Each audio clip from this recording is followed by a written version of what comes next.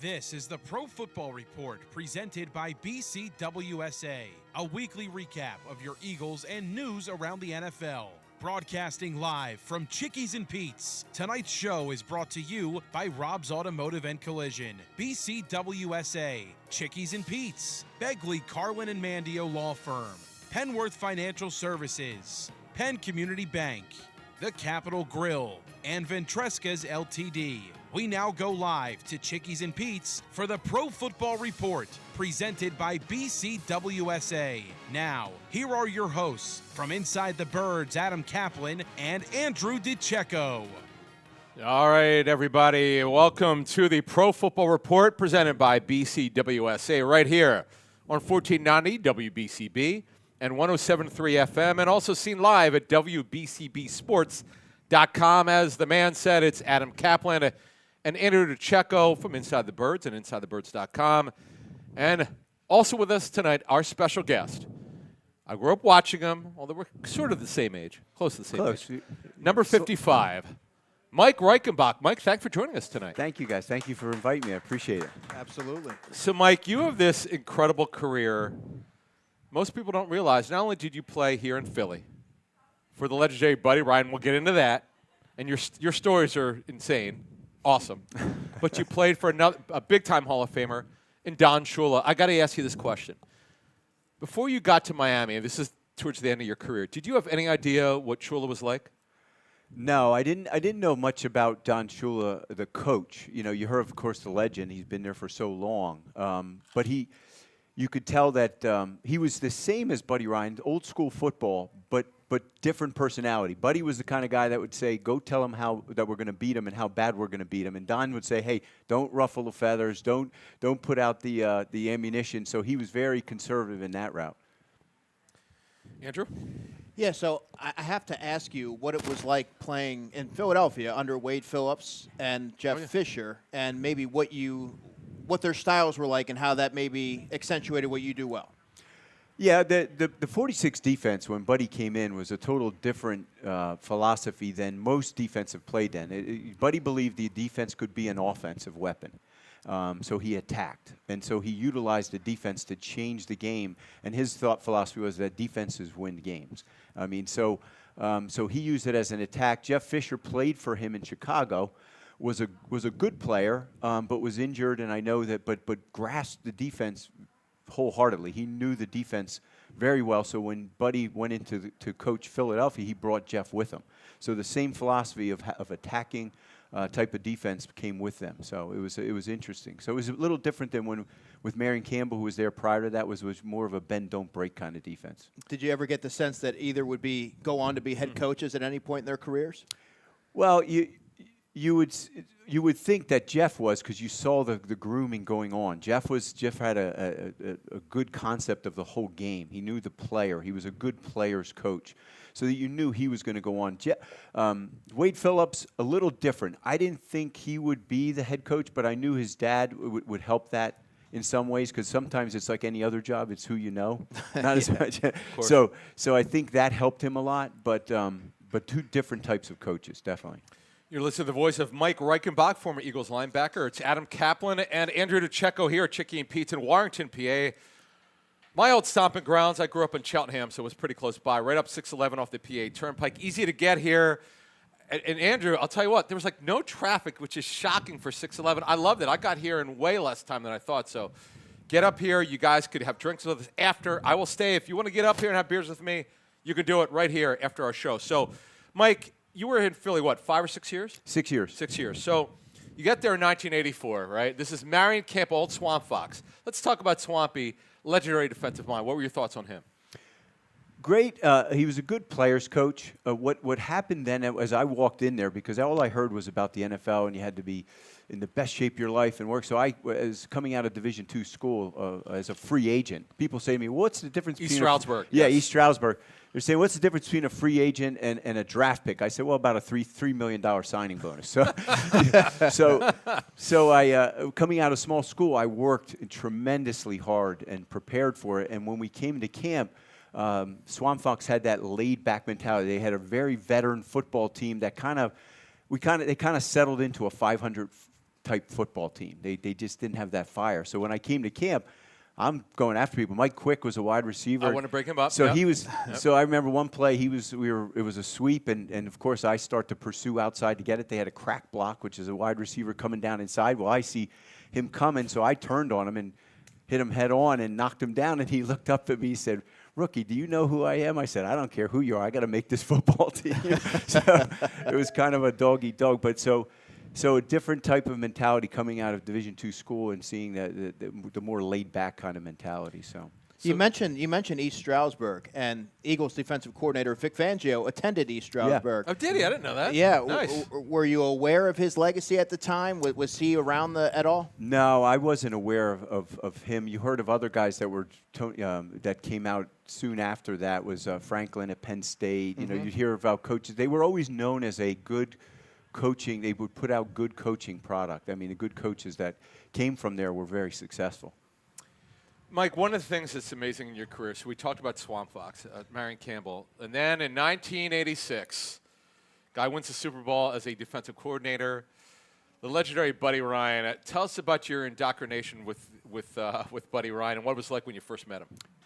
Buddy was an interesting guy. He first meeting I had with him, he watched all the film, and he basically called me in and said, "Mike, I like the way you play." He said, "I'm going to make you the signal caller. You're going to be captain." He said, "But he said you have to come back in the best shape of your life." He said, "But I'm going to try to kill these guys." That's basically the terminology. I hate to use that, but he said, and whoever falls, he said, "I'm going to cut him."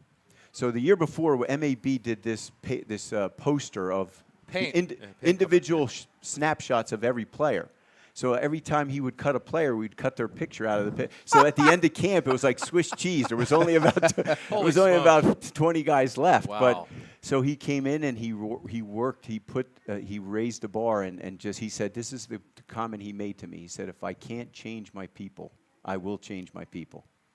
And that's what he did. He went about changing the culture of the way they played football here. So definitely a change of attitude. So we got rid of a lot of veterans, but us of that survived had to make it through camp. So I got to ask this question. So you played in the 46. What was that like? Because that's a legendary defense. What was it like to try to learn that?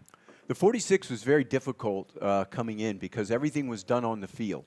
So all adjustments. So what Buddy would do is he'd write a game plan, and he would put all the defenses that we could run across the top, which were numerous. It's 46 blitz, 46 coverage, 4-3, 4-3 blitz, 4-3. He had different defenses we could run, 46 being the main one.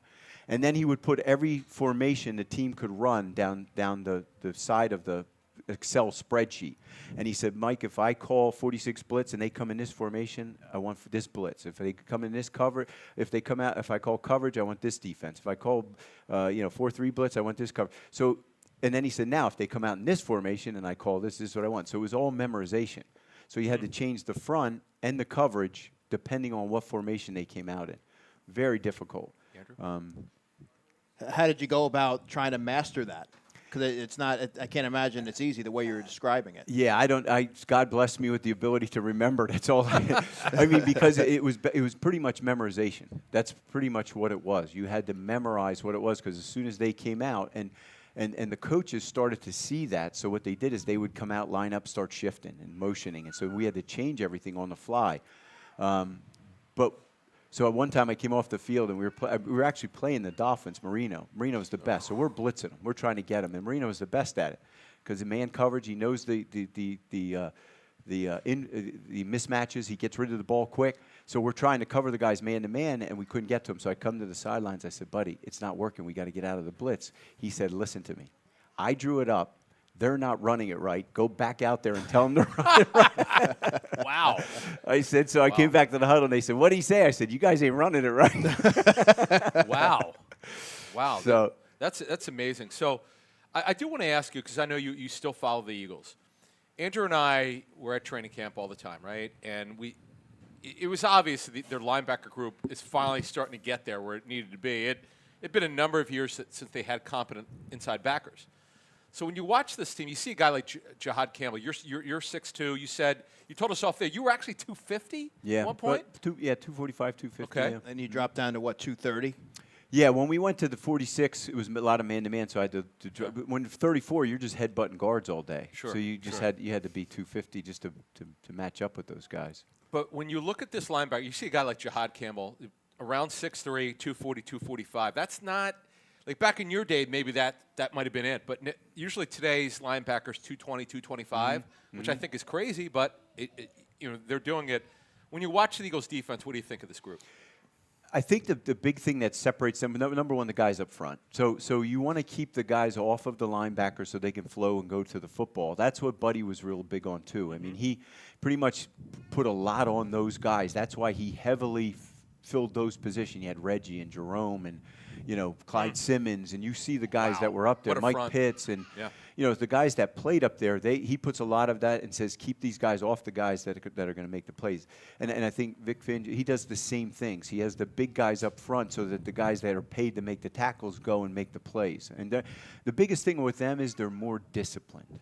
And see, you see so much in the league now where guys take themselves out of the play by over-pursuing.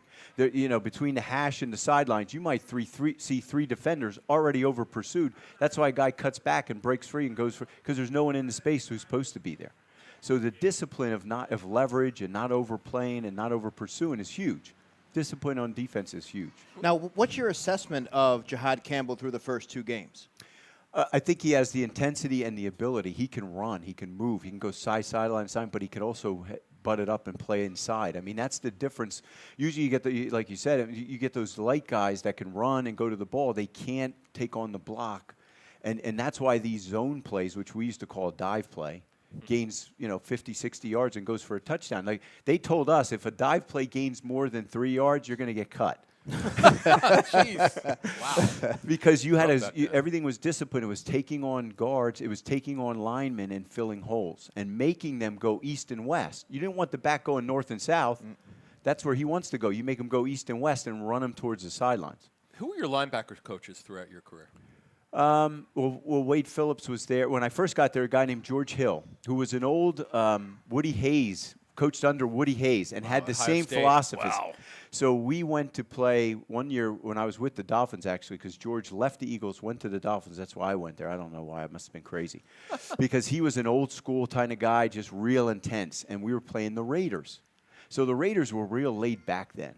They were just, they were good. Everybody wanted to play. Howie Long was there, all those great players, and they were winning. Millen. Yeah, Matt Millen, and they won. They went to the Super Bowls, and so everybody wanted to play for the Raiders. So we go to play them in Japan. So we go over there for a week to practice with them. And so we come out, and George Hill says to us in the huddle before we go 9-on-7, which is a run drill, which means you're gonna be hitting people. So we go in the huddle, and he goes, we're going to show him. We're going to set the tone for the week, for the game. We're going to take him, smack him in the face, da-da-da. He's going through the whole thing.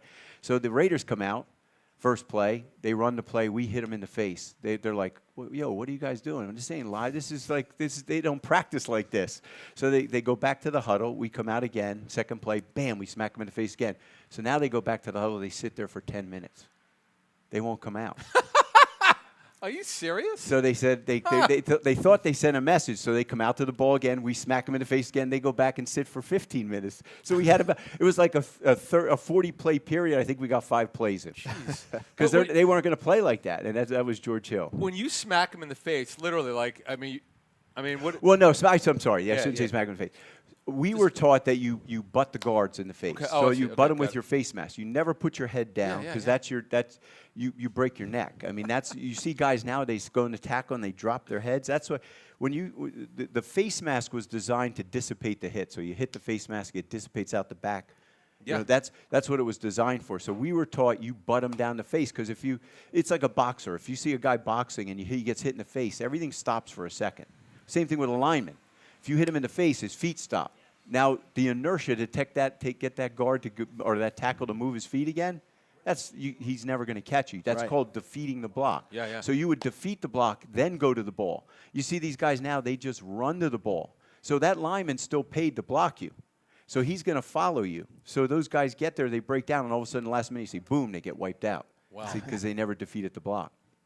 Now, which of the linebackers coaches that you've had during your career do you feel helped you the most?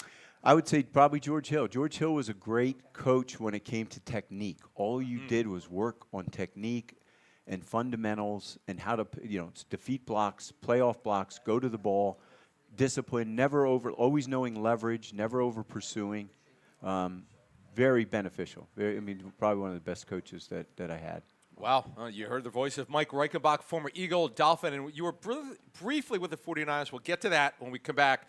You're listening to the Pro Football Report presented by BCWSA right here on 1490 WBCB, 107.3 FM, and also seen live at WBCBsports.com. It's Adam Caplan, Andrew DiCecco, and Mike Reichenbach. We'll be right back.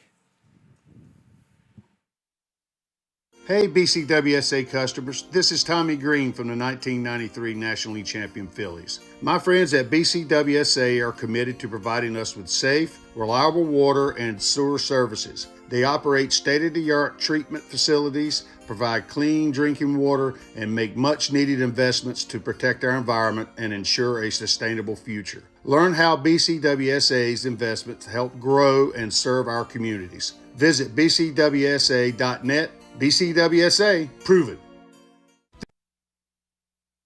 When an Eagles player gets hurt, the team takes care of him. When you get hurt, the attorneys at Begley, Carlin, and Mandio will take care of you. They understand that a severe accident can be a life-altering event. You need a reliable teammate to fight for you. The attorneys at Begley, Carlin, and Mandio will get you great results. And if there's no recovery, there's no fee. Contact them today at 215-750-0110 for a free consultation.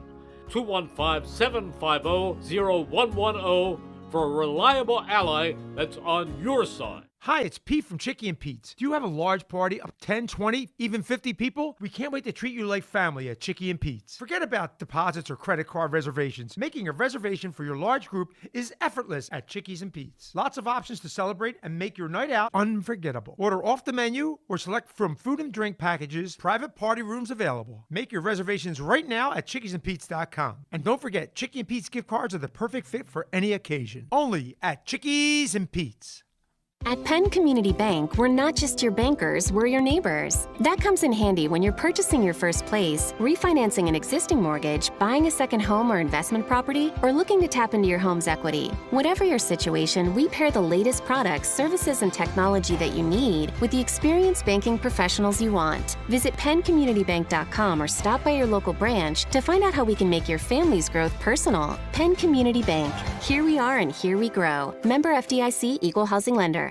Your day-to-day life is hectic between having to pick up the kids, make dinner, the countless other tasks that you got to get done. Rob's Automotive and Collision is there to make your life a whole lot easier. Make sure you take advantage of their spacious waiting rooms, the large flat-screen TVs, complimentary coffee and muffins, and free Wi-Fi. So even when you do have to stop, Rob's is there to make you feel right at home.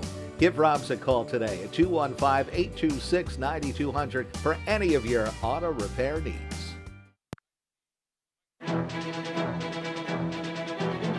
We now return to Chickies and Pete's for the Pro Football Report presented by BCWSA. Once again, here are your hosts from Inside the Birds, Adam Caplan and Andrew DiCecco. All right, everybody, welcome back to the Pro Football Report presented by BCWSA right here on 1490 WBCB and 107.3 FM, and also seen live at WBCBsports.com. Guys, it's Adam Caplan, Andrew DiCecco, and former Eagle Mike Reichenbach, number 55, by the way. We're at Chicky and Pete's here in Warrington, right up 611. It's time now for this week's injury review, brought to you by the attorneys at Begley, Carlin, and Mandio. Contact them today for a free consultation at 215-806-3689. That's 215-806-3689. Mike, I got a question for you. What was your toughest injury to deal with as a player? Pretty much every week you would have bumps and bruises, and you had to work through them. Because if back then you had, I think it was 48 guys per roster. So your second team was as good as your first team. So, if you were off the field, somebody was going to take your job. There was only 28 teams, but once you expand, you kind of dissipate that. But so I think the worst was we were playing the Giants up in the Meadowlands, and the whole pile fell on my ankle at one time. And I heard crackling and crunching. Oh. And so you knew something was wrong. But back then, they would kind of ice it and Oh. do the whole thing and elevate, and you came back the next week. But I couldn't put weight on it. There was a lot of different leg injuries and things like that. Tell us about Otho Davis. Otho was very interesting in his philosophy around Former athletic trainer, just to let people know. Go He's ahead. the athletic trainer, and pretty much when you went into the training room, you knew that everything was being recorded. So their job was to get you back on the field, really, to tell you the truth. So they would try to get you back on the field because when you were injured, they could never release you. Once you step back on the field, they could release you. So there was a lot of ways of they tried to get you back on the field, and if you weren't 100%, then you would get cut. So but you had to play, and there was one injury where we were playing the Cowboys, and Tony Dorsett had this quick screen, and I had a man-to-man, so I got out there, and the linemen aren't supposed to hit you before the ball gets there, but the guy cut me down on my knee, and I came up, and I couldn't feel my knee. Wow. So I had to get back to the huddle because I had to make the signal call, and I could feel that it was, I just couldn't feel anything. So I'm thinking, okay. So we got out of it was the fourth down, so I go to the side and said, Otho, my knee, I can't feel it. He goes, let me see it. So he jiggled a little. He goes, it's a sprain. You're okay.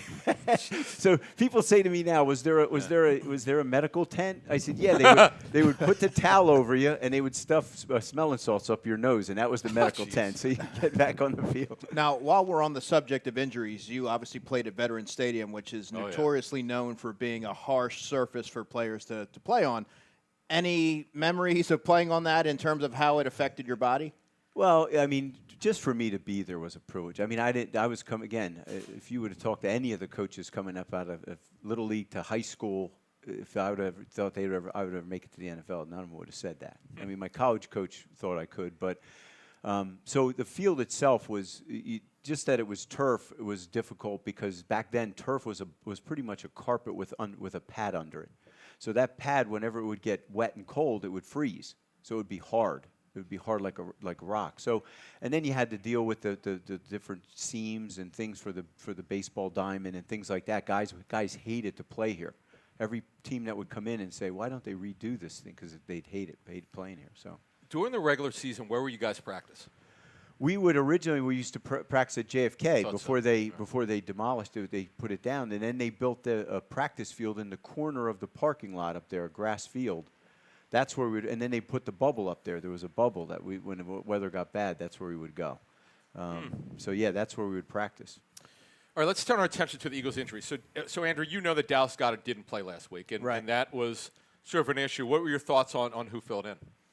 Well, on the first play of the game, Grant Calcaterra whiffed on the block. There was a blitzing defensive back, Jalen Watson, and it affected the play. Now, on the bottom of the screen, A.J. Brown was streaking wide open, and Kevin Patullo today, when he spoke, Eagles offensive coordinator, he mentioned that, that was there. They had it dialed up, so that obviously impacted that. But I thought, by and large, both Grant Calcaterra and Kylan Granson, that's not their forte. They're not inline blockers. They're willing, but it didn't necessarily surface in terms of being able to help in the running game or anything like that. I thought Cameron Latu, who was elevated from the practice squad, first NFL game, played 6 snaps, had a really nice block, 2 plays before Jalen Hurts punched it in from 1 yard out, 9 minutes left in the fourth quarter, drove Charles Omenihu back into the end zone. So that might be a player that they try to find a role for because you can see that he sort of has taken, he has a knack for it. Jordan Davis will go to defense. Jordan Davis he limped off a little bit with his leg. We'll see if they list him tomorrow on the injury report. And then the one that would concern me, Andrew, is Jalen Carter. I know Fangio was asked this. Vic Fangio was asked this today in his press conference. Carter, a couple times he's leaving the field holding his wrist or his hand. So now you guys get to watch a little of the practice. Not very much. It's warm-ups. About 15 minutes. So how close can you get to actually look at that? Well, I have this handy-dandy iPhone, but I zoom in, and it's almost like you got binoculars. So I'm going to try my best to track down Jalen Carter and see if I'm able to gauge anything. And then, of course, the first injury report of the week will be released about 5:30. All right, Mike, regular season practices, do you remember how long they would be? Yeah, we're usually on the field about 3 hours. In the regular season? Yeah, 2.5, 3 hours. hours. And would they hit? Oh, yeah. Matter of fact, this is crazy. Matter of fact, if we would lose, we would be out in full pads on Friday. And that's the light day, by the way. That's the light day. we would be in Right? full pads. So at the Sunday end game. of the game, if you were losing and and the clock was winding down, you didn't care you were losing. You were like, oh, we got to be in full pads Friday. Andrew, there would be a court martial. There would be fines. Oh, that wouldn't. Yeah, that Brought up wouldn't on last. charges if you did that. Can you imagine? So Adam mentioned practice earlier, and Lehigh was a place that the Eagles used to practice. Of course, now they're at NovaCare. Yep. But when you were with the Eagles, Mike, you practiced at Westchester University, which is very close to where I live right now. What are some of your recollections of practicing there? Well, we would go to camp there. So 6 weeks. Our camp was 6 weeks long, 6 weeks of two-a-days. So you'd have 2 weeks with no games, and then 4 weeks. We had 4 preseason games, and then 4 weeks with 4 weeks of practice, full pads, two-a-days. We stayed in the dorms, so it was a college dorm, and you had the window air conditioners to try and cool it down. The normal students, the students there wouldn't get air conditioners, so they'd look at us and go, those guys are here. They get the air conditioners. We don't get the air conditioners. So yeah, it was definitely. And then down we practiced on 2 fields there, the game field, but not all the time. There was a lower field, which was a practice field, which was down in a bowl, so no air got down in there. Which coaches loved. Players didn't like it too much. So I can't imagine. So, but yeah, it was definitely an experience. How would you recover from a game? What would you do? Because sports science came in much later. What would you do to recovery from each game? Well, what we would do is you had to come in right after the game to get treatment. So the biggest thing was you'd go into an ice bath, and so that would get the swelling and get that under control. And then right away, you had to stay there until they would do ultrasound, they would do all the stuff, the equipment and things like that. But it was mainly, it was ice, elevate, and if you needed it, they would send you down to the hospital to get, an IV of some type. All the guys didn't even really know everything that was in that IV, but you would get an IV. Oh, boy. Oh, my. Oh, my. Oh, by the way, for the Rams, you should say this because this is going to impact the matchup. Akilla Witherspoon, their best corner. Journeyman, but a decent player. He's done for at least probably 6 weeks to 8. Broken clavicle. Andrew, now Emmanuel Forbes, who was a total bust for the Commanders. Yep. What are your thoughts on him? He'll be starting for the Rams when they face the Eagles. Well, it wouldn't surprise me, Adam, if he still has nightmares about A.J. Brown, because A.J. Brown imposed his will, I guess it was 2-3 years ago now, but very small corner that I think that – Well, thin, right. He's long, but he's thin. He's very thin. So that's an advantage for the Eagles if they're able to get A.J. Brown matched up against him where he can outmuscle him. So I think that's a clear advantage. Yeah, boy, this matchup, Mike, when you look at the Rams, they are 2-0. Sean McVay, a great coach. You actually were with the 49ers briefly. Was there anything going against the West Coast offense, which a lot of teams are running, it's still very popular. Do you remember going against it? Yeah, the 49ers actually with Joe Montana was Sure. their quarterback, and then he left and Steve Young took over. And they had that incredible receiver corps, and they had, Roger Craig in the backfield. You had weapons, and the offensive line was good, and your defense was good. They were one of those teams that they changed the league because the way they played at a higher level. They were a great team because they didn't make mistakes. Like when the game was on the line, they didn't get stupid penalties. When they had to make a play because they did everything situational. That was the first team I went to that only had 1-a-day practices in camp. Wow, in that's camp. shocking back then. So they had 1-a-day practice, and then the second practice was all special teams, but everything was situational. So here's the difference between the 49ers. When we would go to camp, when we went to camp that year, they did everything like they expected to be in the Super Bowl. They met like they were going to the Super Bowl. They would talk and they go, "Hey, when we get to the big game, this is what's going to happen. We have to be able to." Wow. That's how they set that culture, and it raised the bar. I mean, they actually had the people to do it. They were talented, very talented team. Mike, one question on Buddy Ryan, and obviously they didn't win a playoff game here. Why do you think he crashed and burned late? Why did he not make it here as a head coach? The biggest thing with Buddy was. He put, and there were good people around him, but he wanted loyal people rather than the best people. And so some of the coaching, I think that was subpar, and he was very defense focused. So he took his highest draft picks and put them all on defense. And then he kind of took what was left and put it, not that the offense was that, but he would always try to piece together the offense. And they were pretty much, run first down, run second down, throw third down. It was pretty basic offense, and we never had those big weapons till Randall came in. Yep.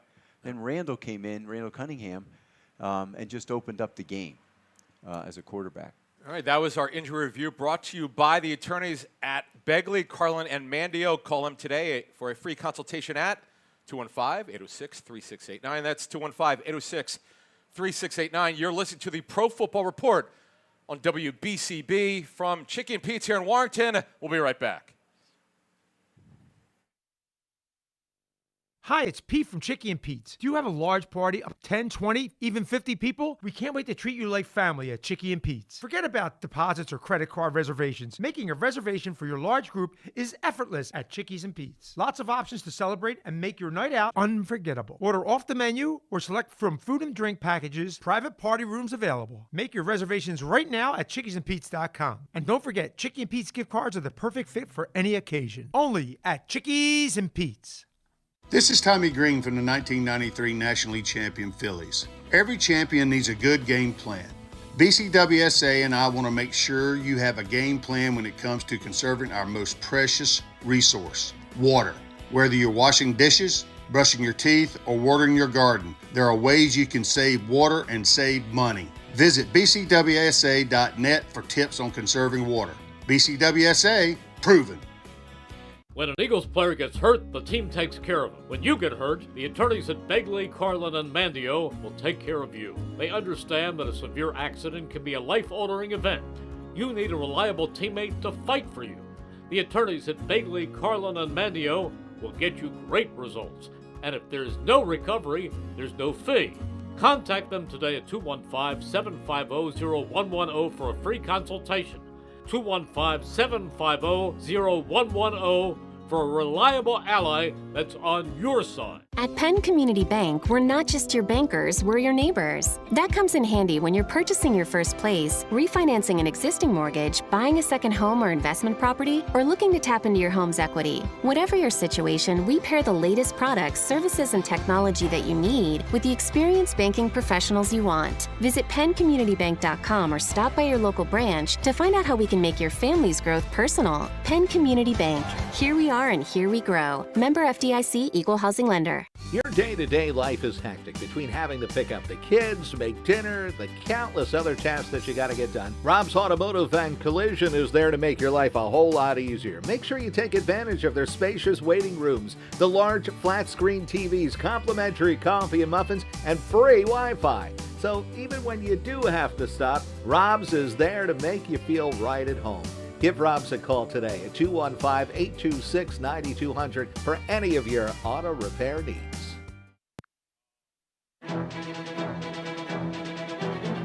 We now return to Chickies and Pete's for the Pro Football Report presented by BCWSA.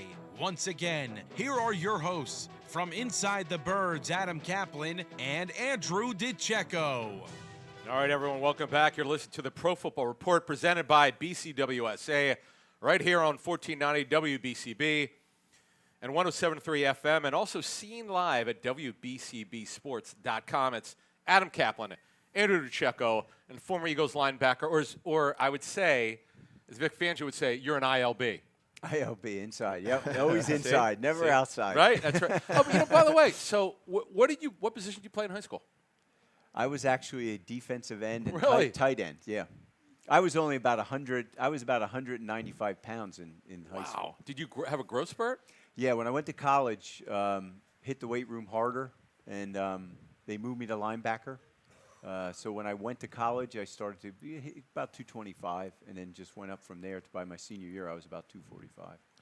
Now, you were a tight end and an edge rusher in high school? Yeah, defensive end, kind of different in high school football back then. It wasn't as much an edge rusher as somebody that turned everything back inside. So everybody Right. Just going from both sides of the foot, was it really tough for you mentally to go from offense to defense?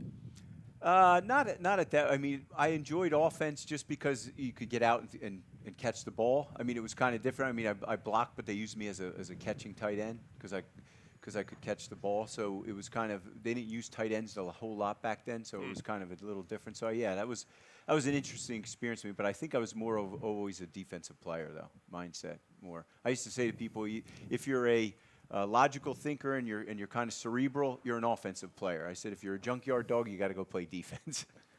But now, Mike, ahead, you were part of a storied defense in Philadelphia. Yeah. So I have to ask you about Reggie White. Is there any stories that come to mind that you're able to share? Reggie was the real deal. He just was a great guy, good husband, a man of God, just totally authentic. But he was always a kid at heart. So remember the pre-wrap? The pre-wrap that you would put under your tape was red, and it was like a foamy sub. He would wrap his head in that and poke little eye holes in it and come out like Spider-Man. So he would come out in all kinds of. So he was a kid at heart, but a guy that just kind of brought the locker room together. Was a unifying guy that just was a great influence on the game. Did you guys have a close relationship? Yeah, it was interesting because over the years, I was on two different sides. Like I was one of the guys that was out, hitting the streets and things like that. And it's funny because later in my career, and of course Reggie was a pastor, and so I had given my life to Christ later in my career. And a guy from our church came to Reggie, and he was signing autographs, and he said, "Hey, Mike Reichenbach gave his life to Christ. He's a Christian. Comes to our church." And Reggie stopped signing. He looked up and he goes, "Yeah, right." I didn't believe it. So he called me up and he said, "Mike, you're the last guy I thought would ever come to know Jesus as his Savior." And I said, "Well," I said, "there's still miracles." So he said, "We used to use you in our Bible study. What not to do?" Really? So, wow. So he was just a great guy. Yeah, he's a good man. All right, guys, let's turn our attention to this week's game. And the Eagles will host the Rams on Sunday at 1 Eastern. It's time now for this week's Penworth Financial Keys to the Game. The key to your financial future is at Penworth Financial. Call them today at 267-997-4503 or visit penworth.com. All right, so, Andrew, let's turn to you. So you got two 2-0 teams. The Eagles have won all three games in Nick Sirianni's career against the Rams. And look, the second game was in the snow. You were there in Philly. Mm-hmm. That was a fun game. They almost lost. I mean, it was one of the best games I've ever covered. Really? Why? I just thought that the ambiance of the snow, and then seeing Saquon run for that 78-yard touchdown where he's tapping his helmet, and it was just, I guess, a high intensity game. And then of course the snow being the backdrop certainly didn't hurt. Mike, playing in the snow. I was at the Lions-Eagles game in 2013 here when it was the first time in my career. It was not on the forecast. The Lions didn't have the proper jacket, which is ridiculous, but they didn't because it came out of nowhere. Yeah, did you like playing in the snow? It was better than the heat.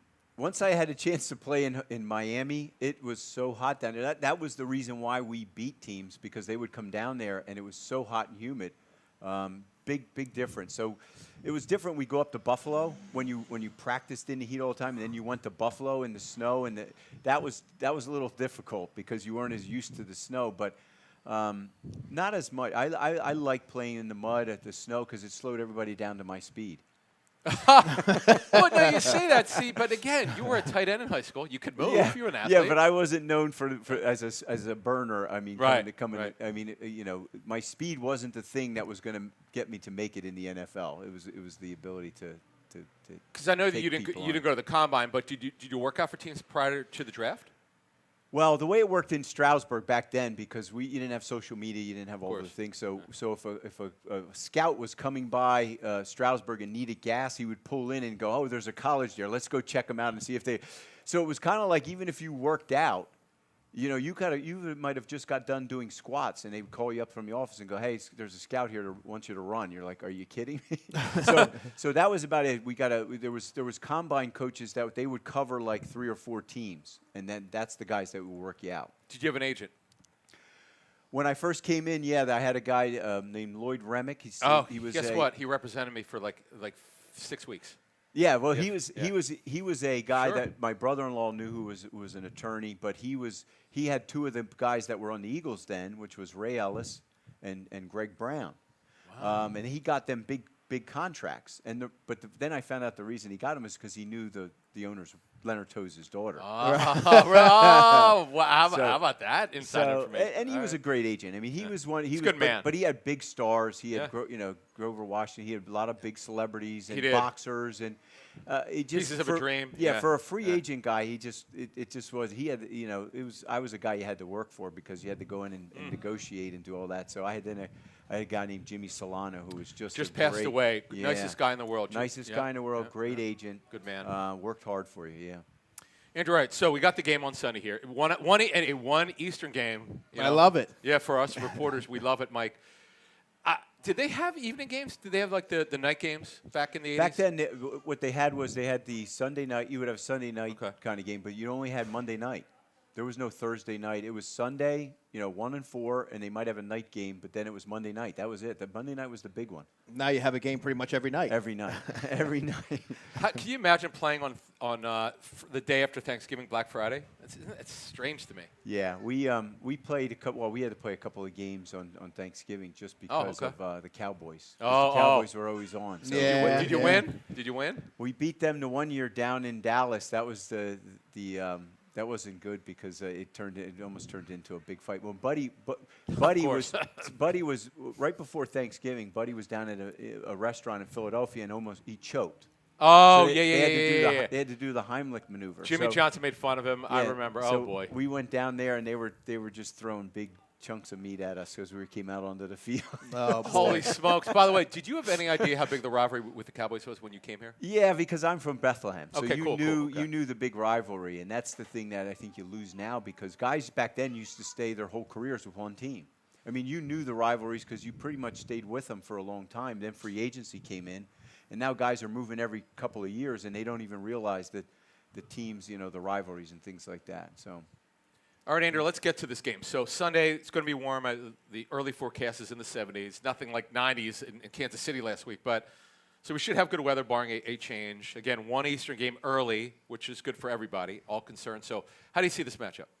I think it's going to be a big Saquon Barkley game. Saquon obviously had a lot of success last season rushing against the Rams, and that is the Eagles' bread and butter right now. Now, they are going to have they should have some opportunities to really work the secondary because you mentioned Akello Witherspoon won't be there. Emmanuel Forbes is a player who they should have success against. So if they're trying to get their passing game on, start to get that rolling, that would be a good opportunity to do so. But I really like this Rams defense, Adam. There are a lot of young players. They play with tenacity. They flow the football with urgency.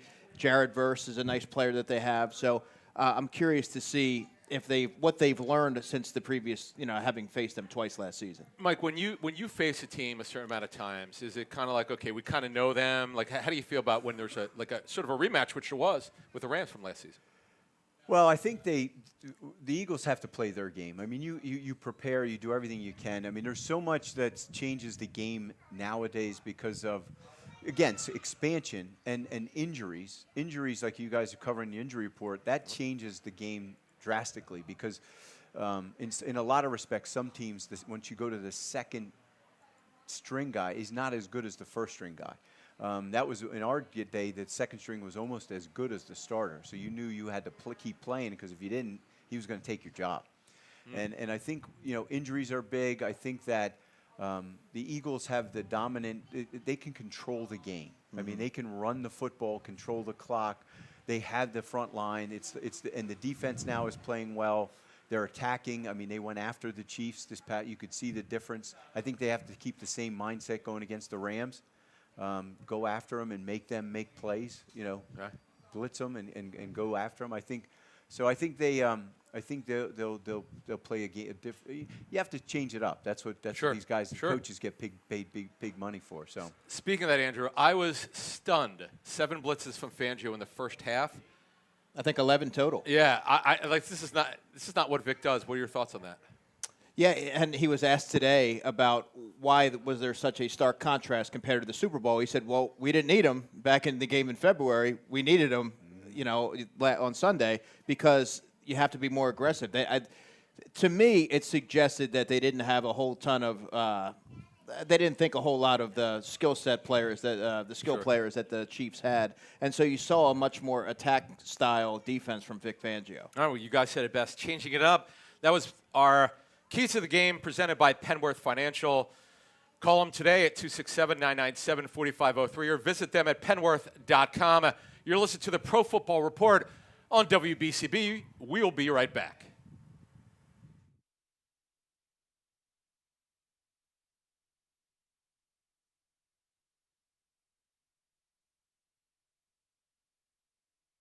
Hi, it's Pete from Chicky and Pete's. Do you have a large party of 10, 20, even 50 people? We can't wait to treat you like family at Chicky and Pete's. Forget about deposits or credit card reservations. Making a reservation for your large group is effortless at Chickies and Pete's. Lots of options to celebrate and make your night out unforgettable. Order off the menu or select from food and drink packages. Private party rooms available. Make your reservations right now at chickiesandpete's.com. And don't forget, Chicky and Pete's gift cards are the perfect fit for any occasion. Only at Chickies and Pete's.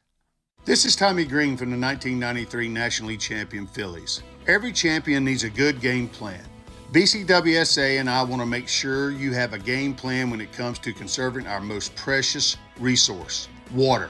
Whether you're washing dishes, brushing your teeth, or watering your garden, there are ways you can save water and save money. Visit bcwsa.net for tips on conserving water. BCWSA, proven. When an Eagles player gets hurt, the team takes care of him. When you get hurt, the attorneys at Begley, Carlin, and Mandio will take care of you. They understand that a severe accident can be a life-altering event. You need a reliable teammate to fight for you. The attorneys at Begley, Carlin, and Mandio will get you great results. And if there's no recovery, there's no fee. Contact them today at 215-750-0110 for a free consultation. 215-750-0110 for a reliable ally that's on your side. At Penn Community Bank, we're not just your bankers, we're your neighbors. That comes in handy when you're purchasing your first place, refinancing an existing mortgage, buying a second home or investment property, or looking to tap into your home's equity. Whatever your situation, we pair the latest products, services, and technology that you need with the experienced banking professionals you want. Visit penncommunitybank.com or stop by your local branch to find out how we can make your family's growth personal. Penn Community Bank. Here we are and here we grow. Member FDIC, Equal Housing Lender. Your day-to-day life is hectic between having to pick up the kids, make dinner, the countless other tasks that you got to get done. Rob's Automotive and Collision is there to make your life a whole lot easier. Make sure you take advantage of their spacious waiting rooms, the large flat-screen TVs, complimentary coffee and muffins, and free Wi-Fi. So even when you do have to stop, Rob's is there to make you feel right at home. Give Rob's a call today at 215-826-9200 for any of your auto repair needs. Ventresca Limited, the Delaware Valley men's store, is located in historic Doylestown. For casual clothing in denim to business suits and tuxedos, Ventresca Limited has a large selection you have to see to believe. The experienced and knowledgeable sales staff can show you the many brand labels that have made Ventresca Limited in Doylestown a must for men concerned about their image. Select from Canali, Brax Jeans, Hickey Freeman, Johnson Murphy Footwear, and much more. Custom alterations are free. Visit Ventresca Limited on the web at ventresca.com.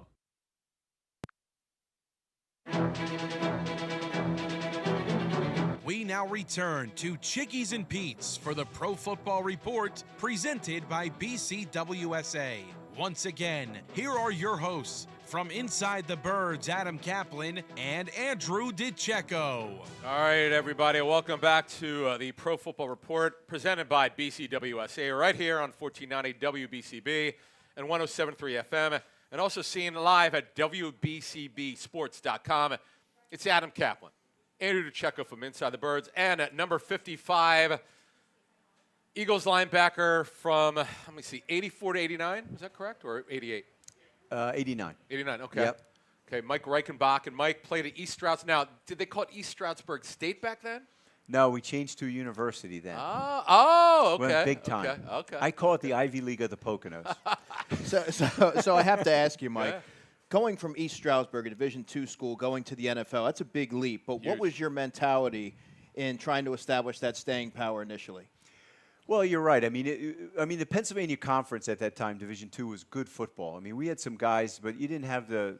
Back then, it was a far reach. There were so many Division I teams. Of course, they would hit them first. Division II was kind of looked down on only because every week they didn't think you played in front of that level of talent every week in and week out. I mean, in Division I, you had to be pretty much, you're going against the better, the best of in the country. So, but there had to be, it was the hard work that you did preparing for the camp. Once you got there, you had to have the confidence that you did everything you could do to compete at that level. I mean, really, we did go against bigger guys in Division II, but maybe not of the same size as some of the guys you saw in camp, but it was all technique. It really was. I mean, that's what George Hill ingrained into us. He said, doesn't matter how big this guy is, if you butt him in the face, you're going to stop his feet, but you got to do it the right way. Mike, you had talked about earlier, so at one point you were 250, you dropped down to 230. Did you, obviously being lighter is a good thing usually, but some players feel like they're, you know what, man, I'm too light, man. How did you feel like you played when you lost all that? Well, weight? it was different because the defense was different. You weren't you weren't butting guards face to face. 34, you're lined up right in front of them, and that's your gap. You got to fill that hole. In the 46, you had a tackle, but the way they blocked you was totally different because you had all those defensive linemen covering the linemen, and you were supposed to flow to the football. So, different type of mentality. You had to be able to go more sideline to sideline instead of just button up, but. Again, it was mostly technique, and as long as you could keep your technique, you could take somebody on like that. It's just working out in the weight room. Earlier, you mentioned the 49ers culture that you were exposed to. Eagles head coach Nick Sirianni has established quite a culture here in Philadelphia. What have been your impressions of how he's performed over the last 4 seasons? I think he's grown as a head coach. I think, a lot of things what you see, and I learned this from good coaches that coached me. They would always say to you, like Don Shula, they would never be your buddy. Because once they lowered yourself once you lower yourself to their level and you become their buddy, you lose the locker room. And you've seen it over and over again with coaches that try to, become the guy's buddy and kind of, because someday, Don Shula used to say, listen, someday I might have to cut you. So they knew that. So they kind of kept that separation. And I think Nick has grown in that somewhat. I think when you first get that job, you have that passion. And emotion is different than passion. Emotions kind of get you yelling at the fans, like you saw early on in the That's right. Good call, yeah. Passion is more of it's a controlled you're passionate because the big thing with head coaches now is that you have to be an administrator and a motivator. Administrator meaning you got to keep everybody pointed. You got to keep everybody focused, and then you got to motivate them. And you can't do that if you're down at their level. You got to have that level to rise above that and say, hey, listen, we're going in a direction. And Bill Belichick was the best at it. I mean, Belichick said, hey, we're going to win, and we're getting to the Super Bowl. You want to be a part of it, then grow up, act like a man, and play football, do your job, and we'll have no problem. Mike, a guy you played with was quite the man, and we know Seth Joyner pretty well. Seth Joyner is one of these guys I think should be in the Hall of Fame. What kind of player was he? Yeah, he was a great player. I mean, when he came in, and it's actually funny, with his rookie year, Buddy cut him and then brought him back. I forgot about that. Wow. And so we knew Seth had a talent. I mean, he could move. He was a big guy, but he could put pressure on the quarterback. Had an intensity about him. Played the game with passion. Was one of those guys that stepped into a role and the 46 really benefited him, and he just honed his skills and worked hard. He was a good player. What was the dynamic like between you two and the communication?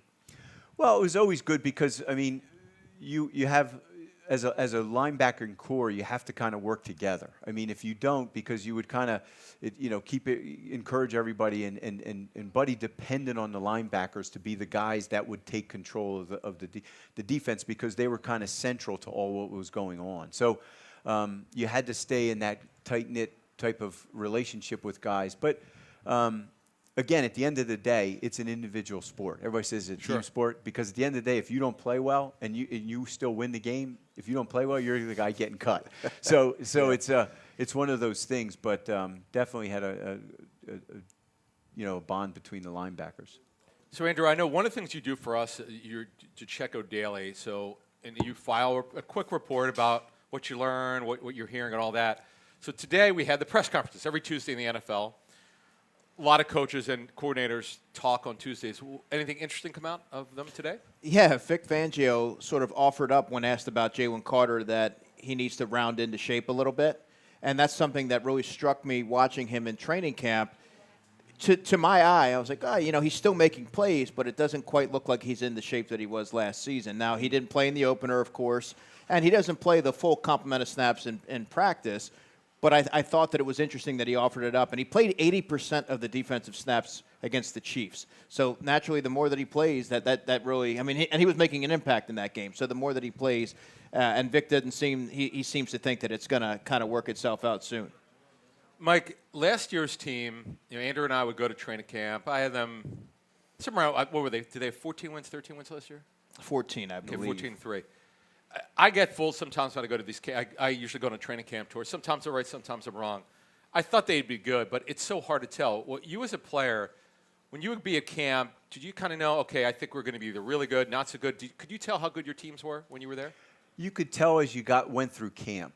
Because a lot of guys, back then, again, different philosophy. There was no guaranteed contracts. There was minimal guaranteed contract. Your big guys were the guys that had guarantees. Everybody else was kind of a one-way contract. Right. So you're looking at making the team. And so, I can just tell you this. My first year when I came in the league, there was 30 linebackers for 7 positions. Oh, 30. Wow. 30. And so they would bring 125 guys to camp. And then they would whittle it down. And so, your main goal was, okay, I gotta make the team. I gotta stay healthy, stay out of the tub, don't make mental mistakes. And then as camp would go on, and you'd start to see the dynamics starting to come together as they would go through the cuts, you could see you could tell. Watching film, you can tell if you're going to beat that team or not. Now, what was the cut down process like? Did they knock on the door? Oh yeah, knock on the door. Yeah, and the first thing in the morning, they knock on the door. We call him the Turk. The Turk would come. And they'd say, get your playbook. And once you knew that, you were cut. Andrew, it's incredible. Mike McCartney, who's Kirk Cousins' agent. Yeah. He was the Turk for the Eagles. He was their pro director. Really? Yeah, he was the one. It's so crazy because he's now an agent. Big time. Mike's his dad is the late Bill McCartney, the Colorado head coach. Yeah. I don't know how you do it, like how you go from that. And you obviously has empathy because he was on both the pro and the college side. But were you ever around, Mike, when the player got that knock on the door? Yeah, my roommate did. Oh, so we who was your roommate? We came out of East Stroudsburg. He was a wide receiver. He was a free agent as well. They signed him because we had a real dynamic offense. We scored a lot of points, and he had a lot of catches. Good player, but didn't have that speed, And so when the Turk came, you always knew when it was coming. So you never slept. And so you hear knock on the door. Oh, I said, Scott, you got to get it. So Scott went. He said, hey, Scott, get your playbook. And I had to feel bad, but I was like, phew. Wasn't me. Exactly. Wait, but you say you never slept, so it would happen at any hour? Geez. Well, they would come first thing in the morning, but you knew it was coming. 6 o'clock. You'd hear them come down the hall. You know what it was You'd for. You'd hear the knocks come down the hall. Right. And I had the last room on the right-hand side, so it was like I had to listen all the way down the hall and wait for the knock. But that's tough, yeah. Yeah. It's a tough deal, guys. All right, so this is the Pro Football Report on WBCB. It's Adam Caplan and Andrew DiCecco. Next week, we'll be in Marlton, New Jersey at Chicken Pete's. Tonight, we're in Warrington. And, Andrew, it'll be you and Jeff Mosher. That's right. Looking forward to that, guys. Yeah, so am I. Likewise. So we're here every Tuesday at a Chickies and Pete's, usually Warrington. We'll be at Roosevelt Boulevard later. We were at Parks Casino last week. Every Tuesday, 6 to 7 p.m. You could also listen at WBCBSports.com. And next week, it'll be an hour show, of course, and we will review that game. Andrew, I know we were not going to pick who's going to win or lose until Friday, Mike, but I'll tell you what. I think this is going to be a great game on Sunday against the Rams. What are your thoughts? I would think the way the Eagles are playing right now, I mean, they seem very disciplined. They seem to be, they have the confidence. They know the guys. The playmakers are stepping up. They're making plays. And even the guys, like you had said, the guys that are filling in are actually coming in and contributing. So that's a hard dynamic. Once you get that confidence, but again, it's all depending on what team comes out of the locker room.